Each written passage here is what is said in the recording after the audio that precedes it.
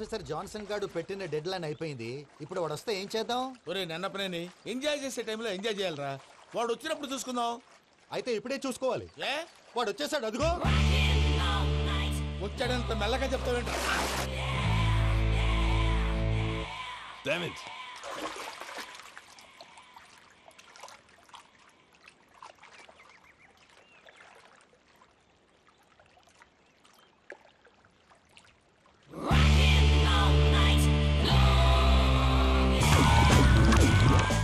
Irresponsible scoundrels. Instead of paying my money you are enjoying here, you can cheat me. Where is my money? Will pay sir. Give me 2 days time sir. రే దండాలు పెట్టండి రా సార్కి. Not 2 days, take 1 week time. Otherwise I'll put you in jail. Hello. వదిన గారు, నేను ప్రసాదనండి. ప్రసాద్, ఎలా ఉన్నావయ్యా? ఏదో ఉన్నానులేండి. పూజకి ఒకసారి ఫోన్ ఇస్తారా? తనకు ఫోన్ ఇవ్వడం చాలా కష్టమయ్యా. ఎలాగోలా ఇవ్వండి వదిన గారు, చాలా అర్జెంటు. పూజ పూజ, ప్రసాద్ మావయ్య. మావయ్య, అమ్మా నా పొజిషన్ చాలా బ్యాడ్ గా ఉంది. ఆ జాన్సన్ గాడు. నేను ఇక్కడ అంతకంటే పెద్ద ప్రాబ్లం లో ఉన్నాను. నన్ను ఇక్కడ హౌస్ అరెస్ట్ చేశారు.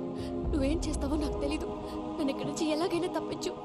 నీ బ్యాంక్ ప్రాబ్లమ్స్ అన్ని నేను సాల్వ్ చేస్తాను. అది నువ్వు అనుకున్నంత చిన్న విషయం కాదమ్మా. వాళ్ళు పరమ దుర్మార్గులు. ప్లీజ్ మావయ్య, ఏదో ఒకటి చెయ్యి. నేను ఇక్కడ ముఖ్యంగా పెద్దమావయ్య, వాడు చస్తే గానీ ఆ కొంపకి దరిద్రం వదలదు. రేయ్ ప్రసాద్, ఇలాగే పిలుస్తాడా ఎదవా? రేయ్ నేనే మాట్లాడతాడా? అన్నయ్య, నువ్వు అన్నయ్య. ఆరోగ్యం అది బాగుంటుంది అన్నయ్య. ఎదవ నాటకాలు ఆపి వెంటనే బయలుదేరరా. పూజకి భద్రప్పకి 10వ తారీఖున నిశ్చితార్థం, 15వ తారీఖున పెళ్లి. అర్థమైందా? అలాగేనన్నయ్య. మీ మరదల్ని పమ్మి గండి కూడా తీసుకొస్తాను. ఉంటానన్నయ్య. ఇలాంటి పిచ్చి పిచ్చి ప్రయత్నాలు చేస్తే నాకు కోపం వస్తుంది. అది చాలా ప్రమాదం. వద్దు. ఏమంటుంది పూజ?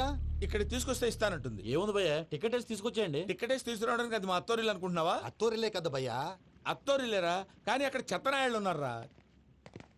సార్, ఏంటి ఎత్తుక్కుంటూ వచ్చావేంటి? రేపు ఇండియాకి వెళ్ళిపోతున్నాం కదా సార్. ఏంటి పేమెంట్ కోసమా? లేదు సార్, పూజ కోసం. పూజ ఇండియా వెళ్ళిపోయింది. వెళ్ళిపోయిందా? 15వ తారీఖు పెళ్లి కూడా. పెళ్ళా? ఈ పెళ్లికి పూజ ఒప్పుకుందా? పెద్ద లాయర్ల క్వశ్చన్ వేస్తావేంటి? బలవంతంగా చేస్తున్నారు. అయితే ఏంటి? అయితే ఏంటా? నేను పూజను ప్రేమిస్తున్న విషయం మీకు తెలుసు. ఇప్పుడు తనకి ఈ పెళ్లి ఇష్టం లేదని మీరే చెప్తున్నారు. అంటే ఏంటి దాని అర్థం? తను కూడా నన్ను ప్రేమిస్తున్నట్టు అర్థమే కదా? అయితే నన్నేం చేయమంటావు? మీరేం చేయనక్కర్లేదు, నేనే చేస్తాను. ఈ పెళ్లి ఎలా జరుగుతుందో చూస్తాను.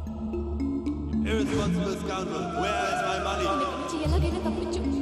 నీ బ్యాంక్ ప్రాబ్లమ్స్ అన్ని నేను సాల్వ్ చేస్తాను. పూజ వాడిని ఇంకా లవ్ చేస్తుందన్న మబ్బులోనే వచ్చి చావు దెబ్బ కొట్టాలి. వీడిని వాడుకుని పూజన కంచి తీసుకొస్తే మన పని అవుతుంది, పగా తీరుతుంది. నాకు తెలుసు వెంకీ, నువ్వు అంత సాహసం చేస్తావని. నన్ను ఇక్కడి నుంచి ఎలాగైనా సరే తీసుకెళ్ళమని నా వెంకటరమణతో చెప్పు మావయ్య అని పూజ బోరున ఏడ్చింది. ఆలోచించాను. వాళ్ళ కర్కోటకులు, నువ్వా ముక్కుపచ్చలారని పసిబిడ్డవి. వాళ్ళ మధ్యకి నేను ఎలా పంపించను? పువ్వు ఉన్న చోట ముళ్ళుంటుంది, ప్రేమ ఉన్న చోట ప్రమాదం ఉంటుంది. నా పూజ కోసం ఎలాంటి ప్రమాదాన్ని ఎదుర్కోవడానికైనా నేను రెడీ. ఈ వెంకీగాడి ఇంట్లో లగేజ్ పెట్టొస్తానని వెళ్ళి గంట అయింది, ఇంతవరకు రాలేదు. అబ్బా, అతని తర్వాత వస్తాడులేండి. ముందు మనం వెళ్దాం. ఇది మన ఇంట్లో పెళ్లి. నువ్వు మ్యాటర్ తెలియకుండా మాట్లాడుతున్నావు. మనం వెళ్ళేది పెళ్లి చుట్టానికి కాదు, పెళ్లి ఆపటానికి. ఏంటండి మీరు అనేది? చెప్తా విను.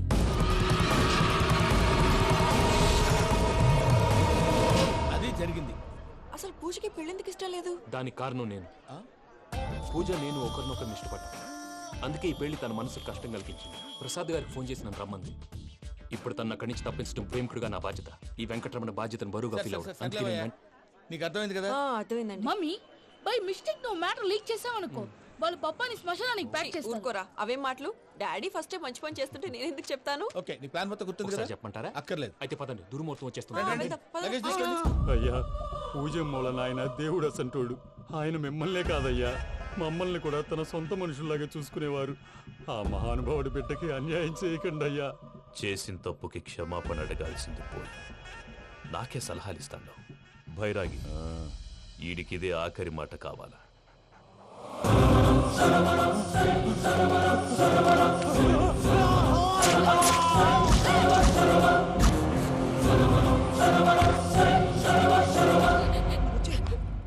రైతులకు గుడ్ మార్నింగ్ బావా. ఏమిరా అప్పుడే తెల్లారిందే? కోపడకు బావా, నేను రామానుజం నైట్ అవుట్ చేసి నువ్వు సంతోషపడే పని ఒకటి చేశాం. అవును సార్. ఏం చేసినారు? ట్యాక్సీలో నీకు 20 లక్షలు సేవ్ చేశాం బావా. 20 లక్షలు మిగిల్చినావా? చాలా మంచి పని చేసినావురా బావా. మరి నీకు ఉపయోగపడే పని ఏదన్నా చేస్తే నా పత్రాలు నాకు ఇచ్చి నన్ను మా ఊరు పంపిస్తానన్నావు గుర్తుందా? గుర్తులేకేమిరా అట్టే వదులే. నాకు చాలా ఆనందంగా ఉంది బావా. మనుషం దాదాపు 40 ఏళ్ల తర్వాత మా ఊరు వెళ్తున్నానయ్యా. చిన్ని బావా ఈడ అనాథాశ్రమం గురించి రాయలేదేమిరా? అనాథాశ్రమం అదేరా జరుగులు నిన్నలో పెట్టిమే. అటనా? నాకు తెలియదే. గబ్బోడా ఇప్పుడు దాంట్లో 1000 మంది పిల్లలు ఉండారు. వాళ్ళకు దినాము పొద్దున్నే ఇంత ఇంత ఇడ్లీలు పెడతాం. 2 పూట్ల అన్నము, చారు, పప్పు, పులుసు, పచ్చడి, పెరుగు. బావా ఇప్పుడు నువ్వు నా కంటికి మేరు మదర్ తెలిసేలా కనిపిస్తున్నావు. ఇంత చేస్తానం కదా, దానికి ఎంత లెక్క అవుతుంది ముందు అది చెప్పు. కాదు, కంసే కం 2 కోట్ల దాకా అవుతుంది. ఏనా మనజం? అవుతుంది సార్. కదా ఆశ్రమం పేరుతో 2 కోట్లకు అకౌంట్ ఓపెన్ చేసి ఆ.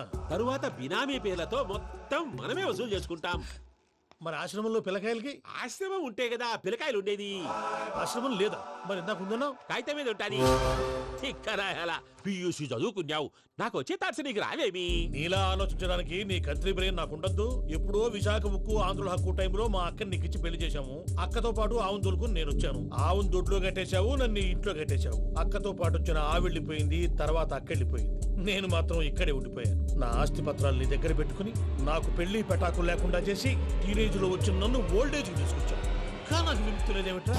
పిండారుడుకుని తినే చండారుడా, ఇస్తరాకులు కడుక్కొని దాచుకునే ఇతం తక్కువ ఎదవా, గేదె కొమ్ములు తీసేసట ఆ పేషెంట్ రా దరిద్రపు కొట్టేదవా, ఏ ప్రాసెదవా? సార్ గంగి గోవులాంటి నాలో గౌడు గేదెలాంటి ఆయన చూసుకుని తిట్టడం వల్ల బీపీ తప్ప ఏమైనా ప్రయోజనం ఉందా? 40 ఏళ్ల నరకం రా మనచం. ఇలాగన్నా బయటపడకపోతే బ్రతకలేనురా. ఇది నీకు తప్పదు.